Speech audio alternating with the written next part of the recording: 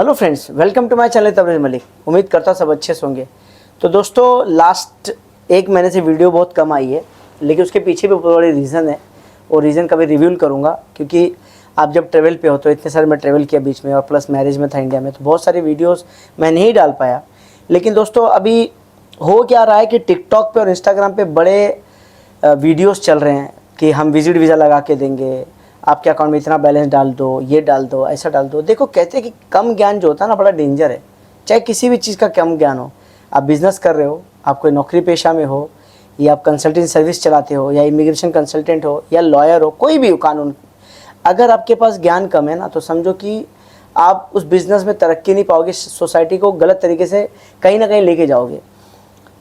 अब सबसे बड़ा मुद्दा है आज बात करने वाला शेंजन वीज़ा के बारे में, कि शेंजन विजिट वीज़ा मिलता कैसे है, मिलता किनको है, और प्रोसेस क्या होते हैं, एक्चुअल में कौन सी कंट्री में अप्लाई करनी चाहिए, उसके पेज का ट्रैवल हिस्ट्री का मकसद क्या होता है, फंड कितने होने चाहिए, ये सारे मुद्दे पे बात करूंगा मैं। पूरा तफ्तीश में और डिटेल में समझाऊंगा।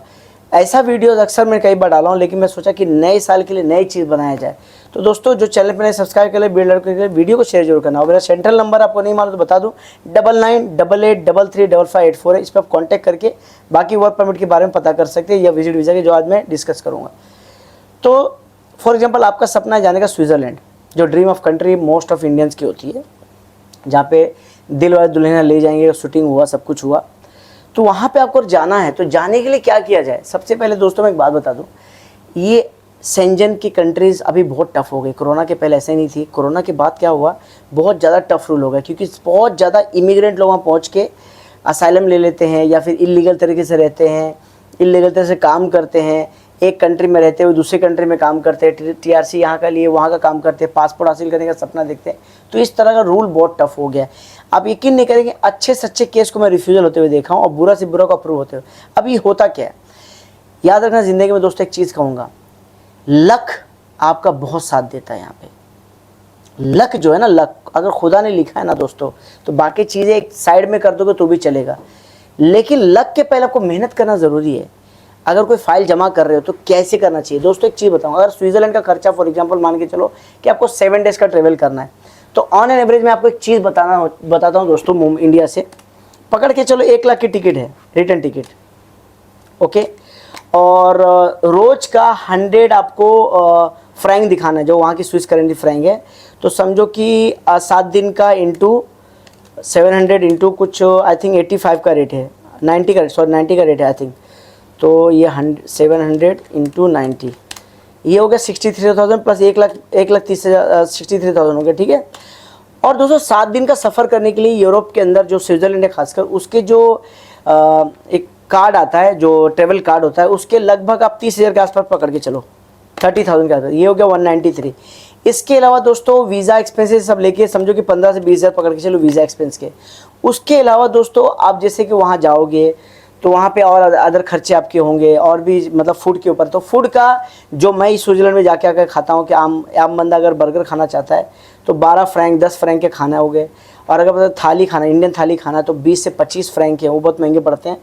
तो आप पकड़ के चलो रोज़ के अगर 25 पकड़ के चलो, 25 नहीं 50 एटलीस्ट, तो इंटू 7, ठीक है, 500 फ्रैंक ये हो गया, 90 का ये हो गया, प्लस 2,13,000, मतलब लगभग आपको 3 लाख रुपया रखना है। अब 3 लाख रुपया के लिए एक अजम्पशन लेके चलोगे दोस्तों, कि स्विट्ज़रलैंड जाने में आपको 3 लाख का खर्चा है। अगर 3 लाख का खर्चा है, तो आपकी सैलरी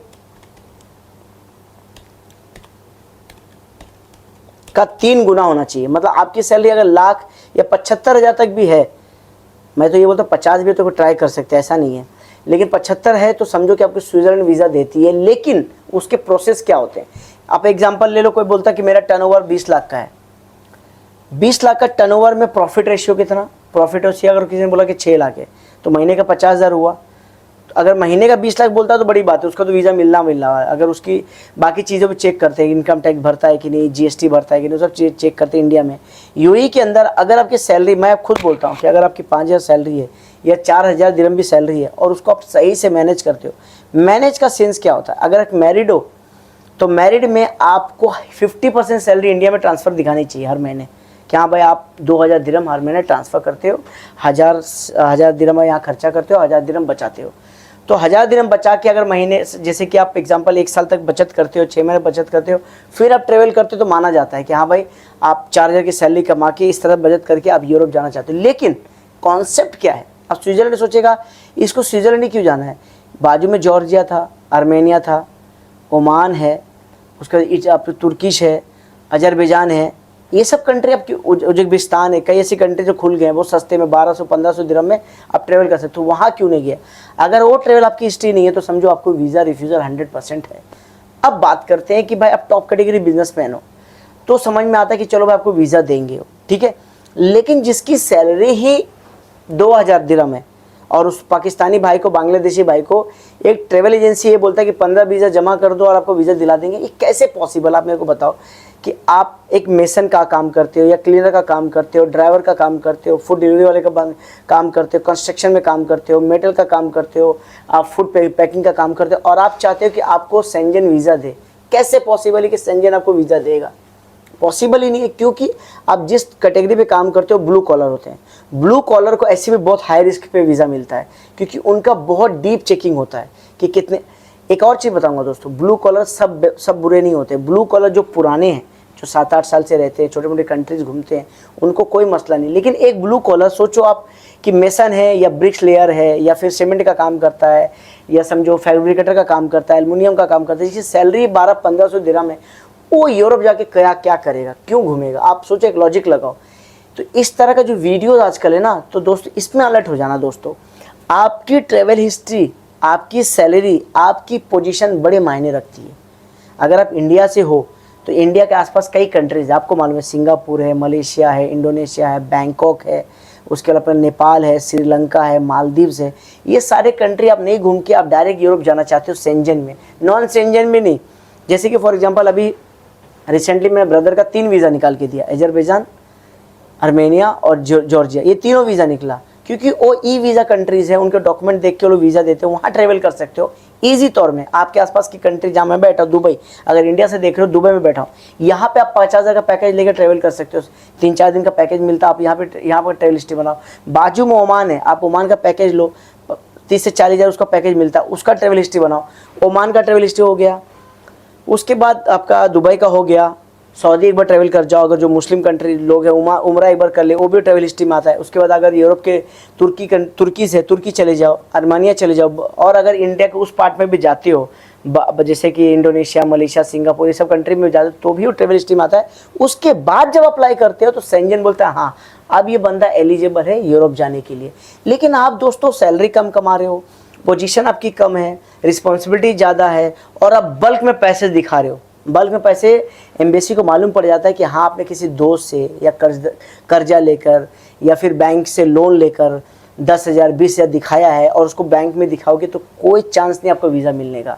आप 0/0, जो नॉलेज टिकटॉक पे लोग दे रहे हैं, जो इंस्टाग्राम पे दे रहे हैं, वो फेक है, उनसे अलर्ट हो जाइए दोस्तों। थोड़े से डॉक्यूमेंट्स के बारे में बता देता हूँ क्या क्या लगता है। Most of the Schengen countries में सबसे पहले इंपॉर्टेंट होता है आपका एप्लीकेशन फॉर्म।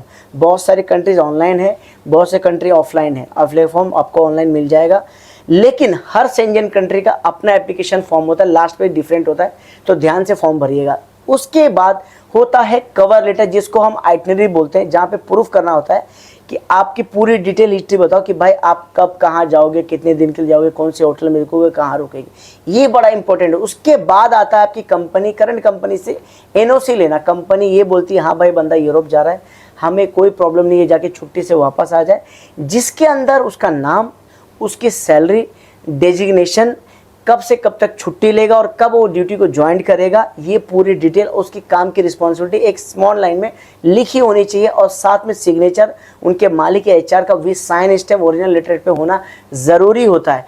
अब उसके बाद आता है ट्रेवल इंश्योरेंस। ट्रेवल इंश्योरेंस क्यों मैंडेटरी है, क्यों लिया जाता है, क्या रीज़न इसके पीछे? रीज़न ये दोस्तों, फॉर एग्जांपल खुदा ना खास्ता आप माल्टा पहुँचे या फिर पुर्तगाल पहुँचे या फिर हंगरी पहुँचे या बुदापेस्ट कहीं पे भी गए और वहाँ पे अचानक आप बीमार पड़ते हो, तो उन केस में ये होता है कि आप हॉस्पिटल का बिल पे करके आप बाद में उसको क्लेम कर सकते हो। या इमरजेंसी केस में अगर आपको कुछ होता है तो अगर जैसे खुदा न खास्ता किसी की ज़िंदगी वहाँ चली गई, किसी को नुकसान हो गया या किसी का इंतकाल हो गया, तो उसकी बॉडी उसकी होम कंट्री में लाने के लिए ट्रेवल इंश्योरेंस बहुत इंपॉर्टेंट होता है। अब क्या बोलते हैं लोग, बहुत सारी कंट्री बोलते हैं कन्फर्म टिकट। कन्फर्म टिकट की कोई ज़रूरत नहीं है। आप किसी भी एजेंसी से, मैं आपको फिर से समझाता हूँ, आप सादा पेपर मत लगाओ। बहुत सारे लोग सादा पेपर दे देते हैं, वो नहीं लगाना है।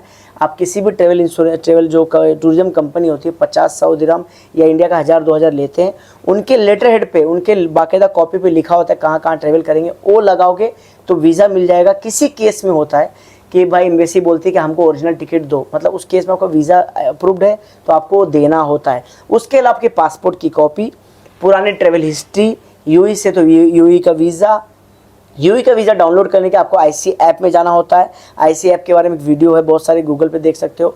वहाँ से डाउनलोड करके आपके एमरेस आईडी की कॉपी, उसके बाद अगर आपका यहाँ कोई प्रॉपर्टी है या रेंट पे रहते हो तो उसको डॉक्यूमेंट लगा दो। अगर आपकी खुद की कार है तो उसकी डॉक्यूमेंट लगा दो। फैमिली के साथ जा रहे हो तो marriage certificate, birth certificate, current company का एम्प्लॉयमेंट हिस्ट्री लेटर लगा दो। अगर आपकी वाइफ काम करती है तो उनका डॉक्यूमेंट लगा दो। इसके अलावा जितने भी सपोर्टिंग डॉक्यूमेंट आपको लगता है कि लगाना है, जैसे कि आपके बहुत सारे पैसे बैंक में इंडिया में हैं, उनकी बैंक लेटर या बैंक सर्टिफिकेट्स या ऑनलाइन स्टेटमेंट का वो कॉपी आप लगा सकते हो। प्रॉपर्टी के डॉक्यूमेंट आप लगा सकते हो। उसके अलावा जो भी आप चाहो एक्स्ट्रा लगाने के लिए, फॉर एग्जाम्पल अगर बच्चे के साथ जा रहे हो तो बच्चे के स्कूल या कॉलेज के सर्टिफिकेट, जो आईडी कार्ड की कॉपी होती है, वो आप लगा सकते हो। तो इससे क्या होता है, फाइल बड़ा मजबूत हो जाता है, बड़ा मजबूत होता है। तो एम्बेसी भी देखता है और यूँ ही पास कर दे। कभी कभी ऐसा होता है कि आप चाहते हो 7 दिन का वीज़ा, आपको 3 महीने का वीज़ा भी देते हैं। लेकिन ये सारे प्रोसेस से आपको गुजरना है। ऐसे नहीं कि 20,000 दिरहम जाके डाल दिए, 4 लाख रुपए बैंक में डाल दिए और वीज़ा एप्लीकेशन चले गए, अपॉइंटमेंट ले लिया। ऐसे नहीं होता। जो मैंने बोला है अगर उस पर आप अमल करोगे तो आपको इंशाल्लाह, भगवान चाहेगा तो आपको वीज़ा ज़रूर मिलेगा।